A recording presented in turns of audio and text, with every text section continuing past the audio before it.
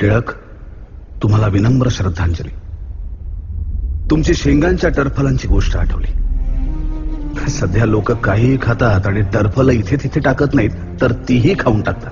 काही खाल्ल्याचा कुठलाच पुरावा ठेवत नाहीत. मला तुम्ही सार्वजनिक केलेला गणेशोत्सव खूप लोकप्रिय होतोय दिवसेंदिवस. प्रत्येक गल्लीचे बोळाचे स्वतंत्र राजे झाले. तुम्ही लिहिलं गीता रहस्य. गीतेतली बरीच रहस्य आता नव्यानं उलगडू लागले.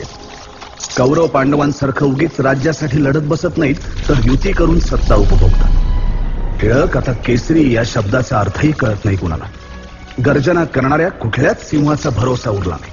सांगता येत नाही कधी कुणाच्या ताटाखालचं मांजर बनून जाईल. आजच्या तरुणांना हिंदुस्थानच्या स्वातंत्र्य लढ्याची फारशी माहिती नाही. मग कुठले टिळक आणि कुठलं काय? तुमचं पुण्यस्मरण करणारी ही आमची शेवटचीच पिढी बहुतेक.